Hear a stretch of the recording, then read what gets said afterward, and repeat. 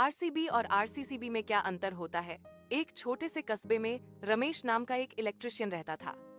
उसे बिजली के काम का अच्छा अनुभव था, लेकिन वह अपने काम को कहानी के जरिए समझाना ज्यादा पसंद करता था। एक दिन गांव के स्कूल में नई वायरिंग का काम मिला।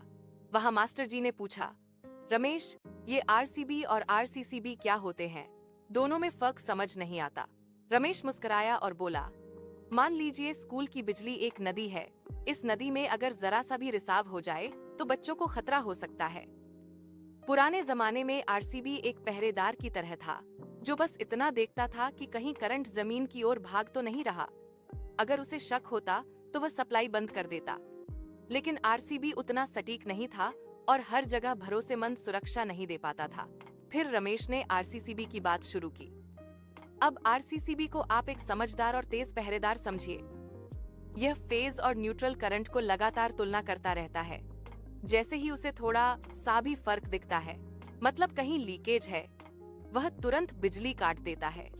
यही वजह है कि आरसीसीबी इंसानों को करंट लगने से बचाने में बहुत असरदार है, रमेश ने आगे समझाया। एक और फर्क ये है कि आरसीबी आजकल कम इस्तेमाल होता है, जबकि आरसीसीबी ज्यादा सुरक्षित और आधुनिक माना जाता है। हालांकि याद रखिए, आरसीसीबी ओवरलोड या शॉर्ट सर्किट से सुरक्षा नहीं देता। इसके लिए एमसीबी या एमसीबी लगाना जरूरी होता है। मास्टर जी ने संतोष की सांस ली और बोले, अब समझ आया। बच्चों की सुरक्षा के लिए हम आरसीसीबी ही लगवाएंगे। रमेश ने मुस्कुराते हुए काम शुरू किया, क्योंकि उसे पता था कि सही जानकारी भी सुरक्षा जितनी ही जरूरी होती है।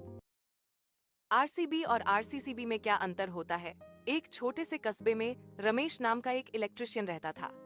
उसे बिजली के काम का अच्छा अनुभव था, लेकिन वह अपने काम को कहानी के जरिए समझाना ज्यादा पसंद करता था। एक दिन गांव के स्कूल में नई वायरिंग का काम मिला। वहां मास्टर जी ने पूछा, रमेश, ये आरसीबी और आरसीसीबी क्या होते हैं? दोनों में फर्क समझ नहीं आता। रमेश मुस्कुराया और बोला, मान लीजिए स्कूल की बिजली एक नदी है।